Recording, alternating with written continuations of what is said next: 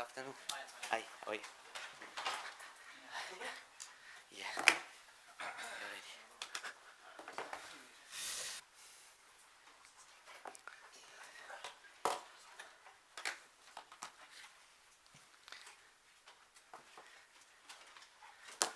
Afternoon, everyone. We'll start with the normal rules apply. We'll start with the broadcast section. We'll take a team news question from Sky, and then we'll take two each, and then we'll move on to the written section. We'll try and get through as many as we can in the time that we've got. Michael? Hi, Antonio. Hi. Can we get the latest on team news, particularly Oliver Skip? And there have been conflicting reports on a potential injury to Christian Romero. About Christian, and he had a little problem during the game against Chelsea, and the final part of the game. But it's a little problem. After the game, I started to feel a bit of pain in his abductor, and we checked him.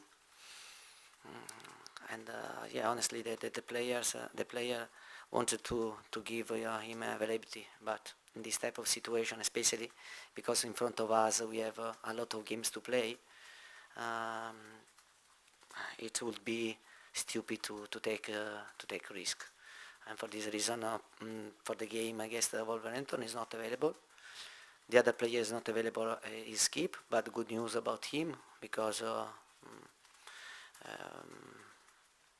today or tomorrow, and he's going to run again, and this is really good news, and I hope that this player to be a bit lucky because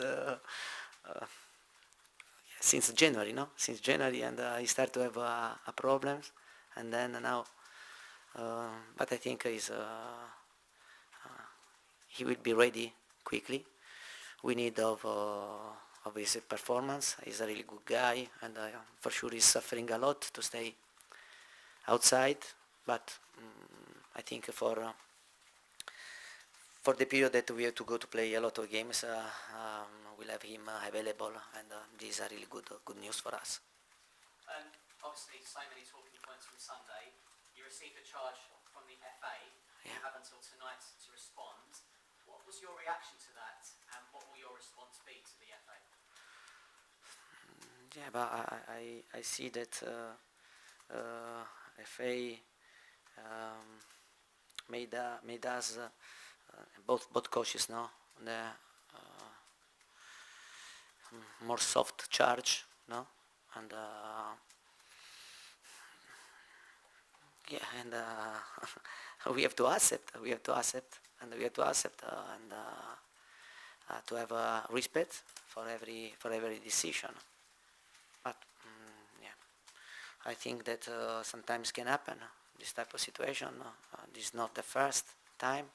It won't be the last time that two coaches are not in the right way, no, and they are not agree. But the most important thing that we have to move on, and then to have respect each other. And for me, the situation finish there. Yeah. The bench looked strong this Sunday. The new signings really made an impact, didn't they? Do you still expect, look at Ndombele and Lo Celso moving out, do you expect maybe one or two more to come into your squad, arrivals before the deadline? But, I think that but we are okay, and if someone go away, for sure another player has to come, and especially if some players wants to go to play regularly, and it's difficult, no, to keep them here. But at the same time, has to be very clear that if some player wants to go to play, and I have to replace this player. This is very important because we need to have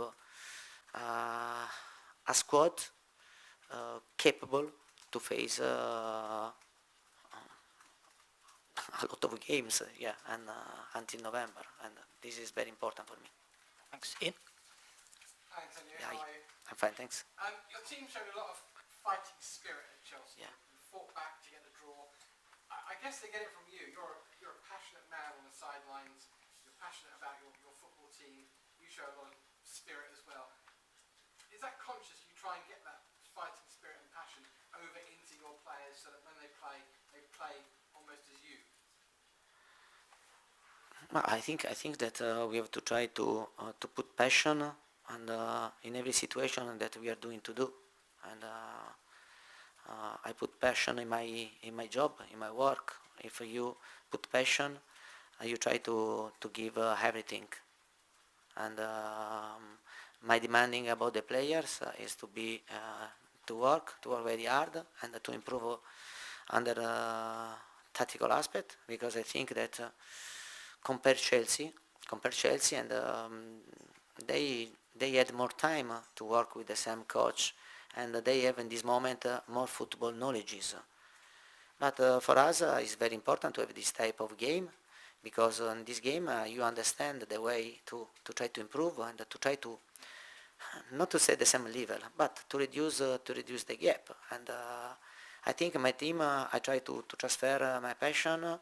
I try to transfer the desire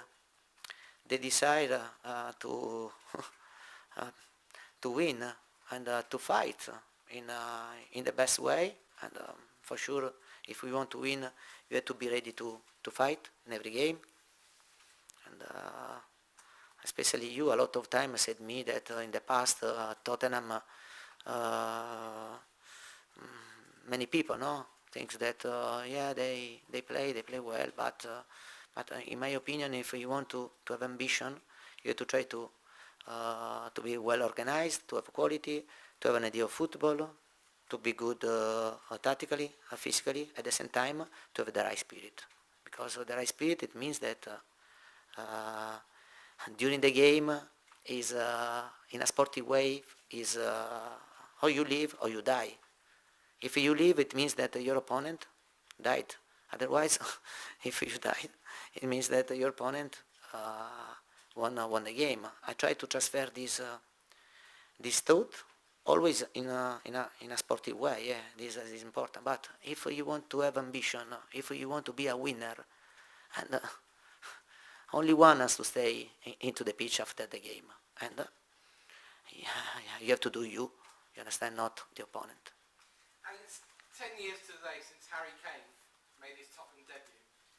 He's going to go on and break lots of records. He already has broken lots of records. But you've managed and you've played with some of the very best strikers that football's ever seen. Where would you put Harry Kane in that list? I mean, we've all watched it for 10 years. Where would you put him in terms of the list of great strikers this game's seen? Yeah, for sure, Harry is one of the best strikers that I had in my career and as a coach. And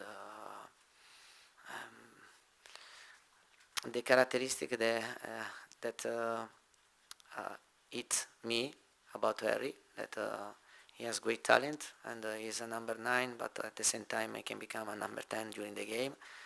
But what I love about him is the desire, the will to work, and to be a good example for his teammates. I think this I appreciate a lot. I love it to see a player, a top player, a world-class striker. Yeah, to be a good example, because if you have this type of example, it's more simple for you to work with the rest of the players. Thank you. Alex? I sorry. You lost against Wolves at home last season. Yeah. What are you expecting from them on Saturday? Yeah, you did well that you remember me that we lost. Yeah, but yeah, thank you very much. And yeah, tomorrow I'm going to tell the same situation to my players, because it always important to know the past, the recent past. Yeah, in the last game that we played at home against Wolverhampton, we lost 2-0. I remember very well that after 20 minutes we were 2-0 down, and then we weren't good to come back on this result. First of all, we are talking about a really good team, and a good club, and a club that in the last week is good, and to sign two important players like Guedes from Valencia and then Nunes from Sporting Lisbona, and it means that you have a lot of ambition. I have a great respect for Wolverhampton, for the players of Wolverhampton, Ruben Neves, but many players, really good players, a good coach, a good manager. I have a great respect for them because they are doing very well. For sure the game it will be difficult for us. And the recent past, I think, is important for us, and to understand that the game, it won't be easy tomorrow. How happy are you with the impact that your subs had at Stamford Bridge, and are any of those players in contention to start on Saturday? Yeah, but I'm happy because for sure first target in this transfer market for the club, and for me, for the club, clear, it was to improve the squad, and to especially after the qualification Champions League, and our first target was to create a squad where the level is is the same level, and I have the possibility to pick up 11 players, but at the same time to know that on the bench there are players that when they come in, they can change the situation, they can give quality, the quality don't drop after these substitutions. This is very important. Then you know very well, now we are playing one game in 1 week, and for this reason I think, especially at the start, I'm trying to play with the players that know me much better, and they know our idea of football much better. But we are exploiting this time to bring players like Ricci and Langlais and Bissouma, Perisic, and all the players, and that we signed, the same also Spence, to understand, to go into our idea of football. But I'm really pleased because we are doing the right step, and we are ready. We are ready when we have a game every 3 days to make rotations, and it will be good for us. Thank you.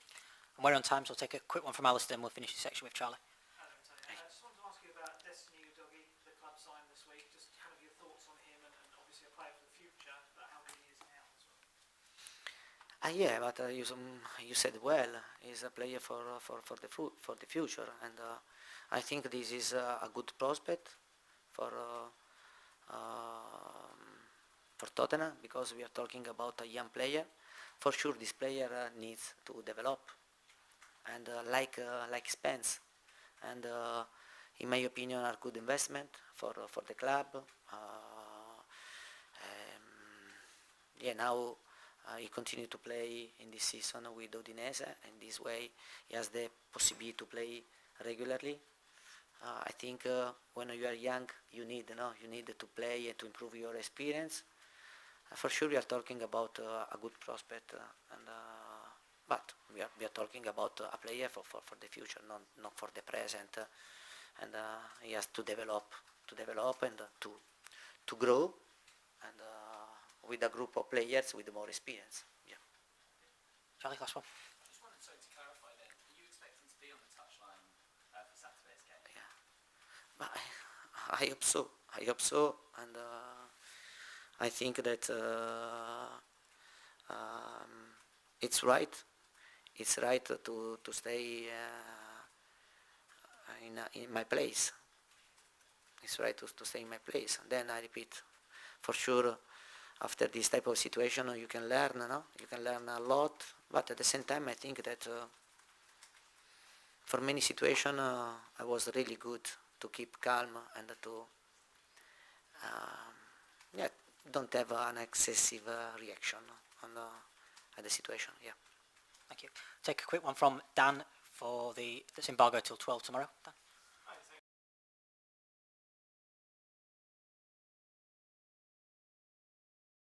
What's going on, people? We are Tottenham TV back here for another, well, I was about to say morning stream. It is Good Morning Tottenham, but look, it's morning somewhere, right? Good It's morning afternoon, isn't it, somewhere. now? Good afternoon, Tottenham.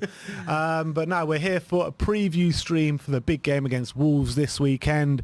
We are joined by Danny Kiriakou back in the studio once again. You know, it's not been a while since you've been here. Last weekend for the watch along. Yeah. Great job you did there, but Appreciate welcome that, back, well. my friend. Welcome back. Yeah, thank you for having me again, Ben. I'm happy to help out as well. Yeah, it's good. I'm always here to help you, man. Thank you, man. It's and obviously everyone go subscribe to his channel, Tottenham on Tour.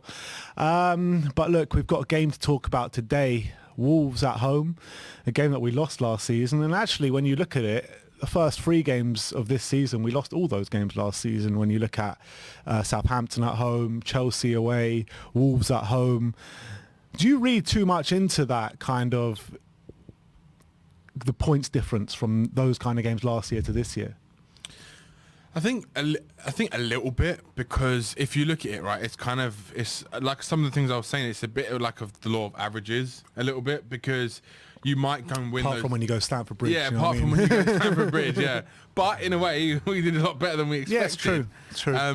But I think with these games, yes, you're expected, if you go and beat the teams that you drop points from last season, of course it makes you think, okay, maybe you're starting to improve again. But it's when you come up against the teams you don't expect, or you expect to get a result and then you don't get a result. So it kind of, how I see it is it kind of balances out over the season, because we could go and beat Wolves tomorrow, which we lost last season at home.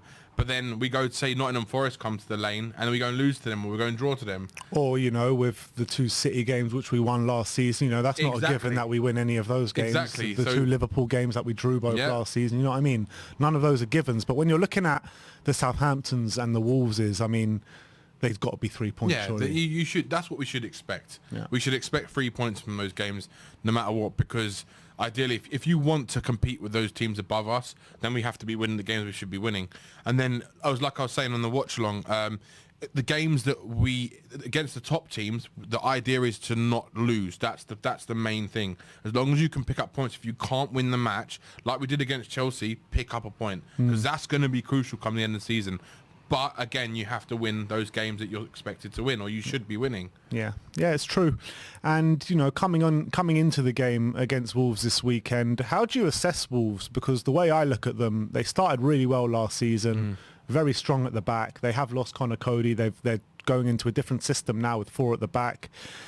They always give us a tough game, don't they? Always give us a tough game. And I'm going to say this now. You've got to look out for Max Kilman, because if he's Great player, yeah. if he's playing tomorrow, I remember I loved watching him last season. I kept an eye on him, and I think he's a great defender.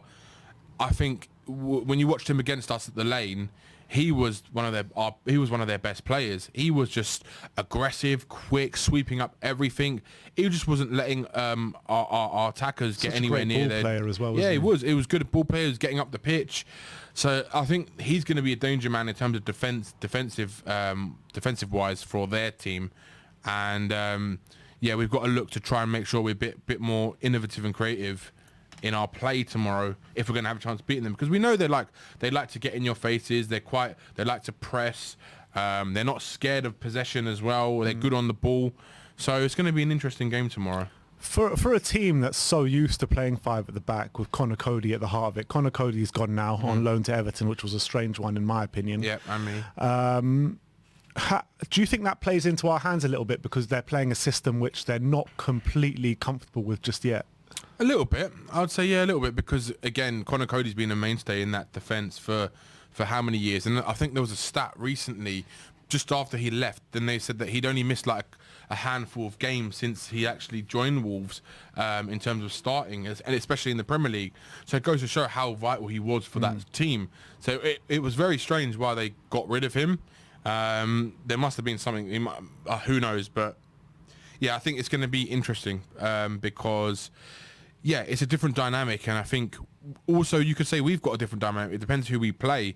It might be the same sort of team, maybe with 1 or 2 players difference from last season, but I can't remember. Was Kulu? Did we play Wolves before the January window? No, it was after. It was after. So It was after, okay, yeah. I don't know if Kulu was actually playing at that time. I don't think I'm not he was. sure if he started or he came on that game. He definitely played some part. But it was before that Kulu and Bentancur got fully integrated. Yeah, and I think that's going to be a massive difference because them two are going to start tomorrow no matter what. And I think that's going to be a real test to see how we do against them with them two in the team.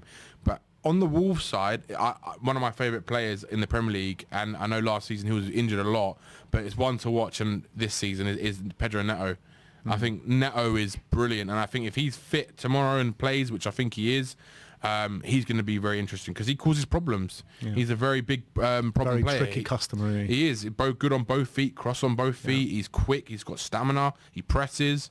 So it's going to be an exciting game. I think it's going to be quite end to end. I think as well. The one thing about Pedro Neto, I completely agree with you because I really rate him as a player, and I think he's got supreme ability. But I've always thought he needs to be doing better in terms of his output for goals and assists. Yeah, I agree. I mean, he's had what? This is his second season in the team? Second or third? I'm not sure. I'll check that out. But go on. But yeah, when he's in his breakthrough season, he was brilliant. But again, yeah, you're right. His numbers weren't crazy numbers. Like he wasn't getting into double digits. His fourth year this year. Is it fourth year? Yeah.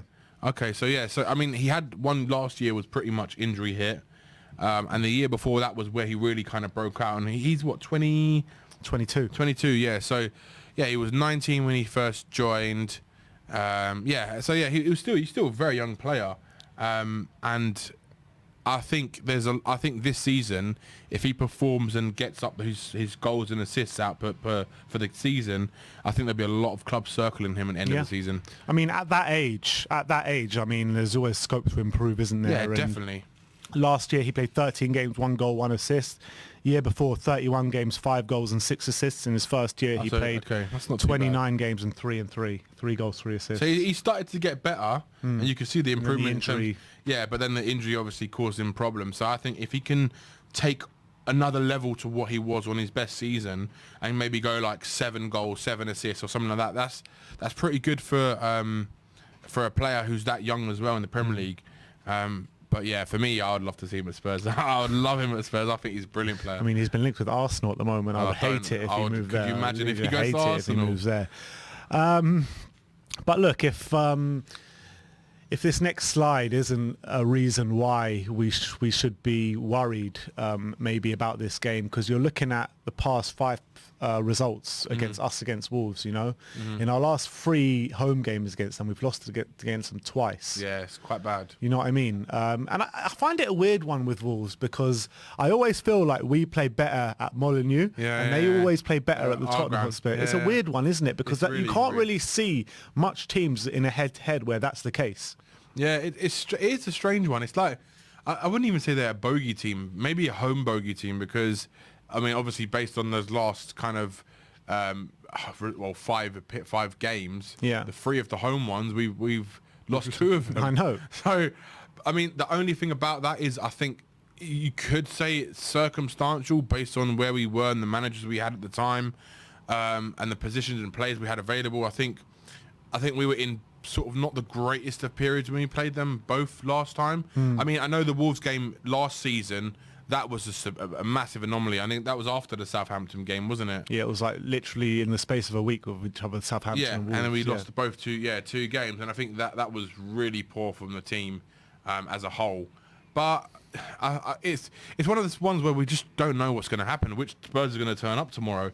Are we going to get the Spurs we've been seeing the last kind of 7-8 Premier League games where we're literally trying to thump teams, 3 goals, 4 goals, and I know obviously Chelsea's Chelsea because that is our hardest away game of the season, but I think it's going to be a high-scoring game tomorrow. I think we're going to see at least 2 goals from each team. I think it could be like a 4-2, a 4-3, something like that. Wow. Yeah, I really think it's going to be a high-scoring game. Are you worried at all about Sanchez coming in this weekend ahead of Romero? Because let's be honest, like he came in at the beginning of the season, 3 clean sheets. He came in at the end of last season as well against Arsenal and the remaining games after that, and he stood up to the challenge. Yeah, I mean, look, Sanchez is not the greatest ball-playing defender. He's no Romero. We all know that. But I was having this argument on Irish Hotspur 2 days ago, and I was saying the thing with Sanchez is if he is in the team for a short burst, for like 2, 3, 4 games at a time, he's all right. You can kind of rely on him to an extent. Like, I'm not saying he's a great defender, because that's not what I'm saying. I'm saying that you can rely on him to do his job, right? Which is, if you look at the last, 8 games or last 10 games, we conceded like 2 goals in the Premier League, and majority of those games he was part of that team, and so was someone like Emerson, for example. So I think that he can come in and do his job, as long as I don't see what I saw from him in pre-season, because in pre-season he looked like the old Sanchez a bit, where he was shaky, looked really nervous. And we know what Davinson Sanchez's weakness is. When he's pressured on the ball, he has massive problems. He loses his confidence or his head a bit, and he doesn't know what to do. He loses his decision making. It kind of goes a bit wonky.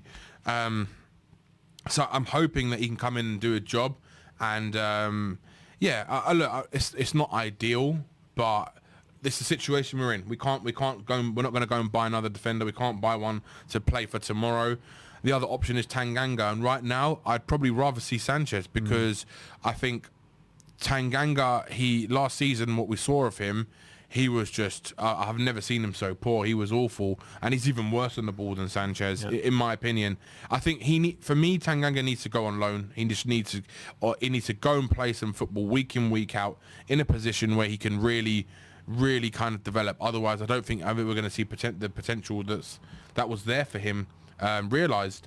But Sanchez, I think he'll do a job. I think he'll do a job. That's as kind as I could say it, Ben. I mean, here's my unpopular opinion. You might disagree with me, but I actually think Davinson Sanchez is one of the best backup centre-backs in the Premier League. Okay, interesting. Why do you think that then? Because I don't think many other teams have, I mean, Liverpool and City aside, because you can't put him in the same category as like John Stones and Konate and these kind of people. I mean, I'm not as deluded to say that he's up there with them, but maybe outside of maybe the Man Cities and the Liverpools, when you're looking at Chelsea's backup centre-backs, who do they have? They don't really have anyone there anymore after Christensen and Rudiger's gone. They're short there a little bit. You're looking at Arsenal. I think Rob Holding. I think Sanchez is better than Rob Holding. Yeah, I would say so. And people like that. So name me, apart from outside Liverpool and Man City, a backup centre-back that's actually better than Davinson Sanchez. Yeah, I think it's funny when you actually put it to that and you actually look at as a whole in terms of backup centre-backs. You probably would say that, and that's in a way, is that saying a lot to the top teams, the top 6 teams, backup centre-backs? Are they barring Man City and Liverpool? Because I do think Chelsea will strengthen again, but you could say maybe he is. It's a good argument to have, because when you're comparing him to Rob Holding, I think he's definitely better than Rob Holding. I know Rob Holding, Sanchez is not the greatest on the ball, but he's definitely more athletic and more. He definitely will provide a lot more.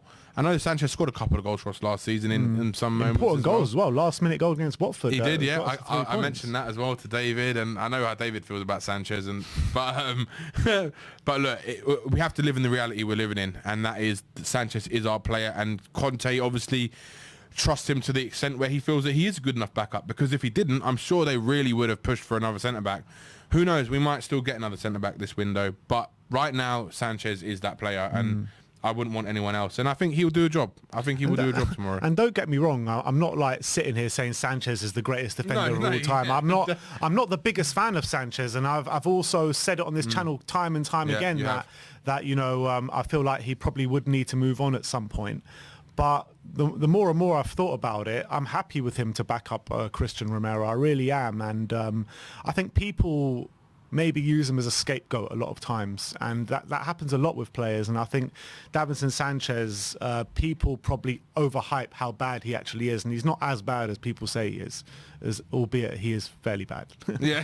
If you know what I'm trying to say. Yeah, if you know, I know exactly what you're trying to say. I think he's not as bad as people make out that he is. I mean, look, my personal opinion of Sanchez is, and I think maybe most people would agree, is that we need better, but we also understand the reality, and we also understand where we are and how much work our squad does really need, and they've obviously just started their process of building a team that can really challenge on all fronts.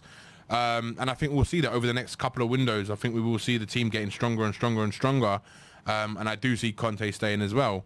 But yeah, Sanchez, look, the only concern I have for him is, do you know what's weird about Sanchez is sometimes, right, he'll have a game where he's really good, and when he's on the ball, his passing range and passing's like brilliant, and he'll do some brilliant passes, long balls across the field, and then other times, It's up there. yeah, It's concentration. man. It's the biggest thing with him, concentration.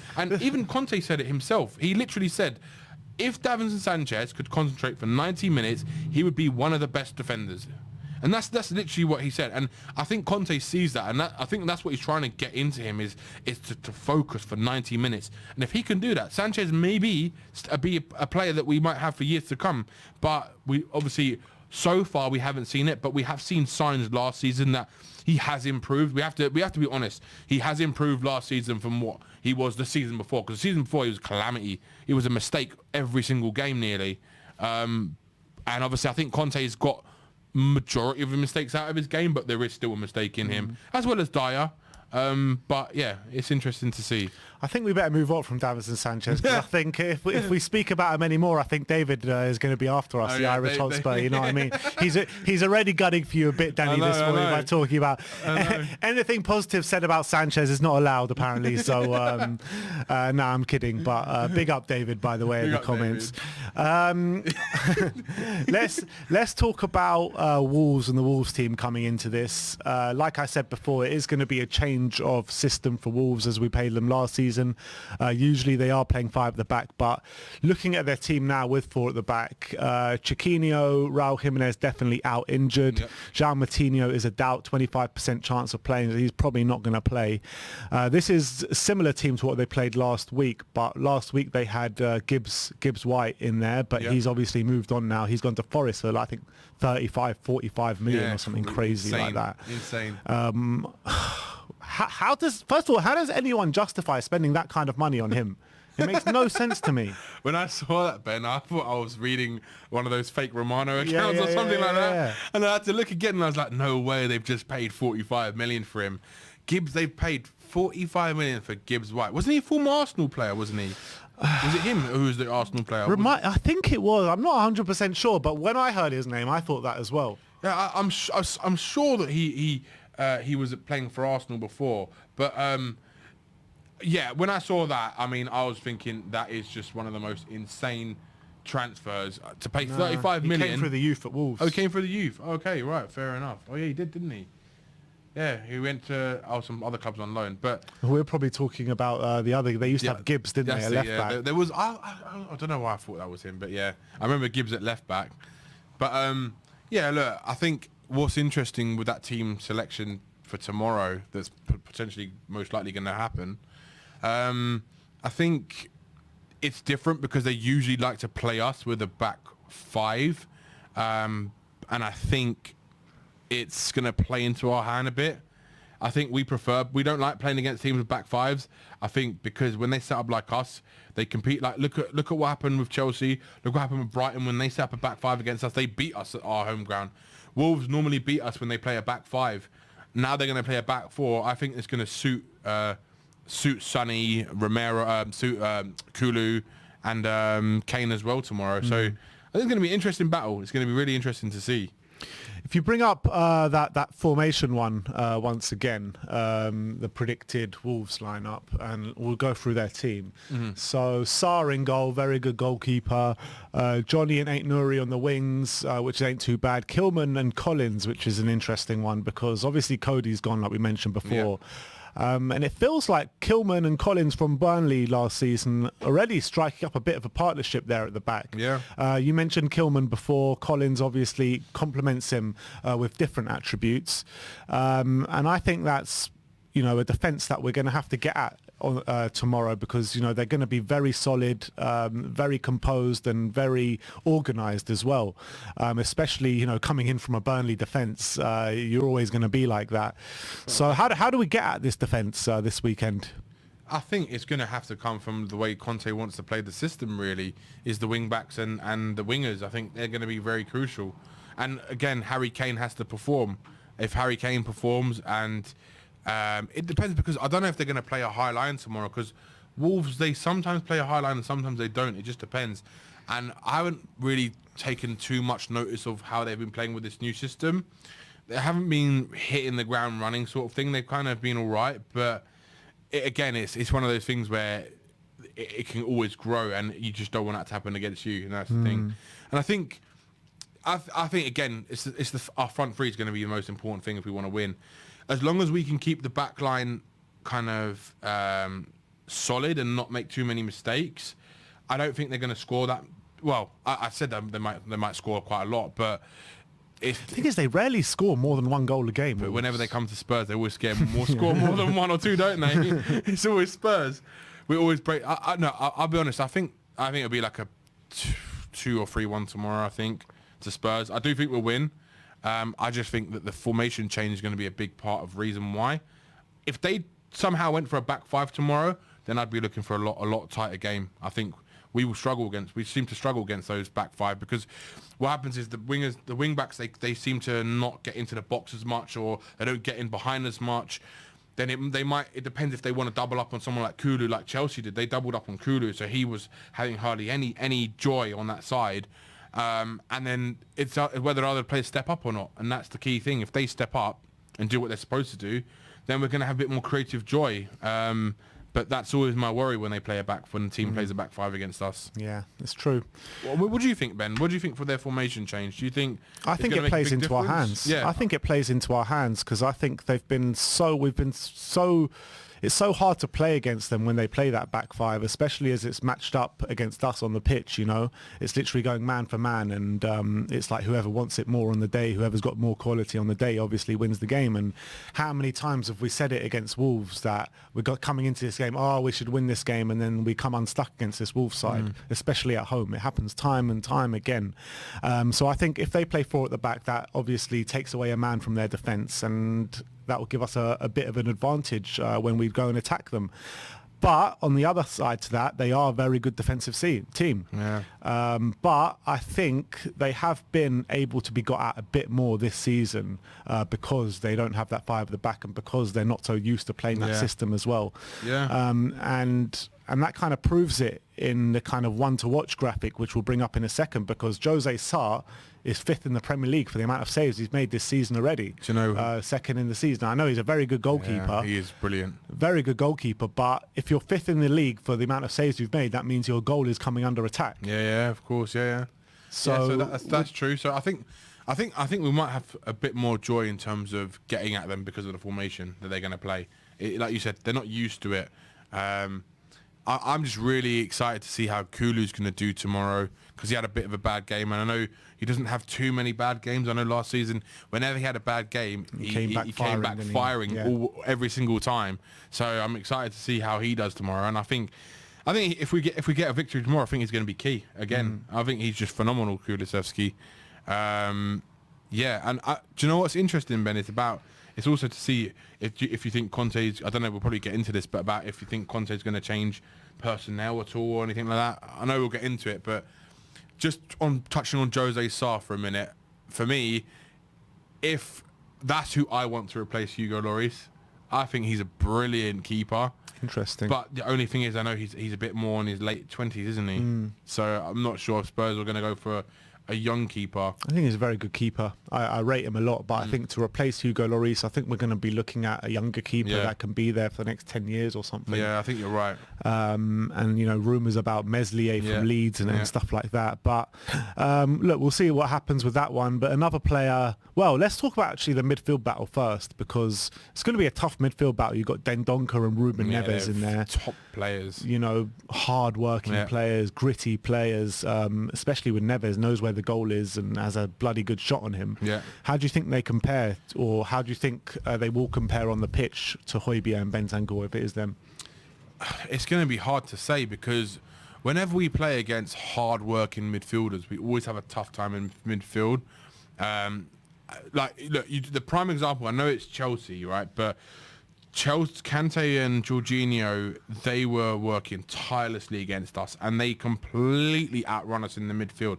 The amount of times Jorginho was getting on the ball, they were in our faces, and Højbjerg and Bentancur couldn't cope with it. The last time I saw them like that against a top team, well, even though they were performing badly, was against Man United when we lost to a Ronaldo masterclass.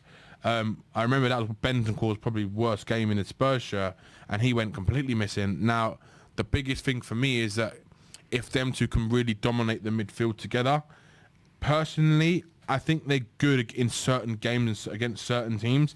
But when you're playing against someone who's really going to work, like press you and really going to force you into errors and stuff like that, I think they seem to struggle together. Personally, I would love to see Basuma start. The question is who is going to replace Basuma for, because it's weird, because most people probably say the partnership they want to see the most is Bentancur and Basuma, but there's obviously something there, because every single manager refuses to drop Højbjerg and they all love him, and because of what he can offer. So it kind of looks like at the moment, if he's going to pair anyone with anyone, it's going to be someone with Højbjerg. I don't know. What do you think on it? Do you think the midfield? Do you think them two, Bentancur and Højbjerg, need a change, or do you think they're good enough to go into the game tomorrow and get us a victory? Or do you think maybe we do need a bit more steel in that midfield? Someone like a Basuma who can really kind of cover a lot of ground. He gets in people's faces. He's aggressive. He's strong. He's big. He's quick. I don't see why Højbjerg and Bentancur wouldn't be good enough to win this game tomorrow. Yeah, okay. I think they're more than good enough. I mean, Højbjerg has been an absolute mainstay in this team, especially since Conte's come in, and Bentancur as well has been a revelation. But when you talk about a revelation, you're talking about a revelation against Harry Winks, so it's not the hardest thing to do. Let's be honest. That's true. I think the bar was Ben. It was set so low. Exactly, but that's the facts of the matter, right? Yeah, I mean, I'd love to see Basuma come in. I really would. My preferred midfield partner, and the partnership which I'm most excited to seeing, is actually Basuma and Skip. Really? That's the partnership that I'm Why? really looking forward to, because I think Skip adds something so good to this team. I mean, his energy, his prowess, it's not just the way he defends at the back, but the way he drives forward as well. And I think that whenever I've seen Skip play, he gets better and better every game, and injuries have stifled him so badly, so much. And I think that when both of them have a good run in the team, I actually think Skip's going to be better than Højbjerg. I really believe that. Do you really honestly believe that Skip will be better? Yeah, I do. I think, do you know what? I think if Skip can get rid of these injury niggling issues that he keeps getting, and he actually gets a consistent run. I mean, last season, how important was Skip in our team? He was our most important player. Yeah, he was our most important player till he got injured, wasn't he? And that's why we had to go and bring in, because I got a funny feeling if Skip wasn't injured, I don't think Conte would have brought in another midfielder, if I'm honest. And then we would have run the risk of maybe not even getting top four, because he would have thought, okay, Skip and Højbjerg are fine in that midfield. What I like about Skip is I think he's even better defensively than Højbjerg is. I think Højbjerg's really good at intercepting the ball, and he's really good at winning the ball back, but I think Skip's a lot more aggressive, and they all offer something similar but all different at the same time, and that's where it's hard to see who the best partnership's going to be.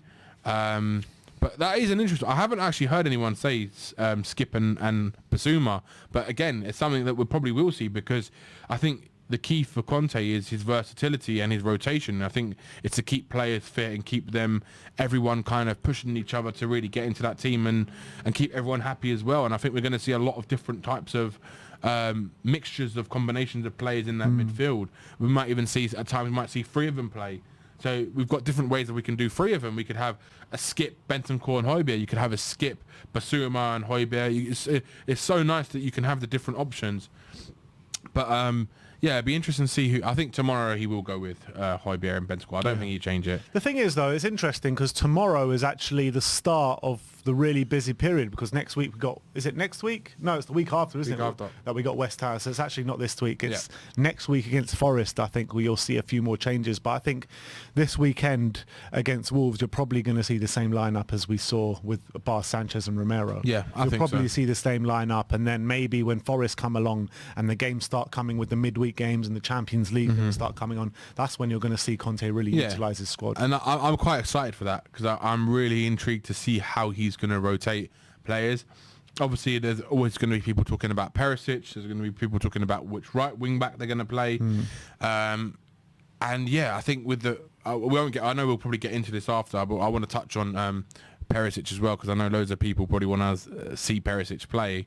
But yeah. I would love to see Perisic play, and if I was going to make one change of the new signings to come in, that's what I'll do. I've asked people this question, right? Because I think everyone would love to see Perisic play. If he's 100% fit, he's got to play. He's a top player. My thing is on him is, I think Conte will play him as soon as he's 100% fit. After the last game in his post-match, he was saying that he still wasn't 100% fit. So that's where I think that I don't think he will play to start. I think he'll come on again from that last 15, 20 minutes maybe to impact the game, which he did against Chelsea. And I think he'll do that again. For me, if I was to give him a bit more rest, where I would like to see him start, if he's fit, is the West Ham game. Because that's a game where it's always West Ham's cup final. They always think it's their hardest game of their season, their biggest game of their season. That's all they really care about. They don't care about nothing else, just beating Spurs. So if we can have Perisic for a game like that, I think he'll show them what a real top footballer is all about, in my opinion. Big up to West Ham, by the way, and their massive European night last night. So really, really big win for you guys. So, but jokes aside, I think I think you're right. I'd love to see Perisic start that West Ham game. I really would. But back onto the Wolves team for a second. We've gone through their midfield and defence. Let's just go through their attack quickly, because Gibbs White is out. He's been starting there last couple of games. They got a new signing in Guedes coming from Valencia, who had 11 goals and 6 assists in La Liga last year. Quite good turnout. He can play up front. He can play on the wing. He can play even number 10. So, I mean, a very versatile player. You've got him, you've got Podence, you've got Neto, who you've spoken about, you've got Hwang as well. A tricky little attack there, don't they? I was about to say, yeah. They're very, agile type players. They're very quick. They're all kind of quick. They're quick on their feet. They're quick with the ball. They're very, like you said, tricky is the word. They're good on both feet. Majority of them are. I think all of them are actually good on both feet. So they're going to cause us problems, because we know what we're like. We know what Tottenham are like when we come up against a team who've got fast attackers. And yeah, it's whether or not, for me, I think, again, it's midfield battle where the game's going to be won tomorrow. I think if we want to stop Wolves scoring or really going at us, those midfield options, whoever plays, they're going to have to help out that defence as much as they can, and they've got to cover as much ground as they can if we really want to pull something out the bag tomorrow.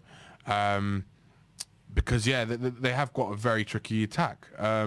We've seen it before with Wolves against us, when it's always they always cause us problems, don't they, with their attackers? Always cause us problems. But historically, not historically, but in the last year, maybe since Nuno has left them, I mean, they found it hard to score goals. They have, because last season they rarely scored over a goal a game.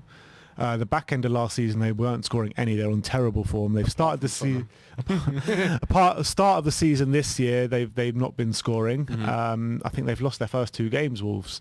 So I mean, they're going to come out with a point to prove this game. They need to kickstart their season, especially with the change of system and stuff like that. And when you look back at last season, why they struggled to score goals, Pedro Neto was out for the whole season. He was. Raul Jimenez was out for a long stretch of time. I mean, Jimenez is out again today, and I think that's a massive miss for them. Yeah, because he's definitely. like that focal point. He's that focal point up front for them, and he really brings other players into the game as well. And he loves scoring against us as well. I think that volley he scored last season against us was an unbelievable volley. But again, it was bad defending, wasn't it? They just let him have the ball, and he just that was a brilliant goal. But do you know, I think that he's going to be a big miss for them tomorrow. And do you know what? I'll be honest. If we were to go and get like 3 or 4 goals. Say we get 4 goals tomorrow, it's like a 4-1 victory or 4-0 even. I think that really will show people where our level is. And I know I'm not trying to get ahead of ourselves or anything. All I'm saying is that I think it shows how far we've come from last season when we lost 2-0 at home to them to now, especially when a few days ago we basically drew to Chelsea when we played absolute shit. If we're in all honesty, we were awful and we still managed to come away with a point. And that's why the Chelsea fans were crying days afterwards. Salty Chelsea fans. But, Proper. Yeah, but look, if we were to go and have a big victory tomorrow, it really would show how much we've improved. I think. I don't know about you, but I think I agree, and it's important on this run now to pick up as many wins as we can, because just around the corner we got Man City away, we got Arsenal away, we got all these big away games coming up, West Ham away, so it's important for us now to go on a run and really to put away the teams that we should be putting away. And then if we can get those results at the Emirates, at the Etihad and stuff like that, what a position we're in. Oh, it'd be brilliant. It'd be absolutely brilliant. And do you know what, Ben? I think the biggest key, what I've seen in the last sort of, 10 games, for me, is Tottenham's, the way the team spirit is and their team mentality at the moment. It's like they're starting to embody an Antonio Conte team where there's that never die attitude, never give up. You saw it at Chelsea. We went 2-1 down within. We obviously, they scored first. We scored. They scored again a few minutes after. And then we went and we just never gave up. We just kept going. Even though we were playing bad, we just kept going and going and going. And I think the key to having a successful season this season is when we are playing that bad and we really can't get a win, we have to just not lose. That's the key. As long as we can pick up a point when we're playing that badly against whatever team it is, then, because there's always games where, like last season, where, for example, Brighton at home, right? It wasn't the greatest game, but we just couldn't score against them. We just couldn't do anything. We weren't getting shots in. We weren't doing anything. And then they go and win it right at the end. Those are the type of games where if you can't win, you have to not concede and you have to not lose that game. Absolutely. And I think that's the key for us this season. And I think we will see that more. I think we will. Yeah, I completely agree with you. Completely agree. But that is that on the match preview. What's the score prediction you're going for? You said, what did you say? At first 4-1, I said 4-2. Then I said 3-1. I think I'm gonna go 3-1 Spurs. 3-1 Spurs. 3-1 Spurs. And Kulu's gonna get one of them. I said on the Predict the Prem, I said 2-0 Spurs. I'm going to stick with it. Okay. I think that, we're going to be solid at the back. First clean sheet of the season's got to come at some point. It'd be nice to come at Wolves. Yeah, it'd be really nice to come at Wolves. And like I said, yes, Wolves do like to score a goal against us or two, but on the other side, they are struggling for goals, and they've been struggling for goals for a while.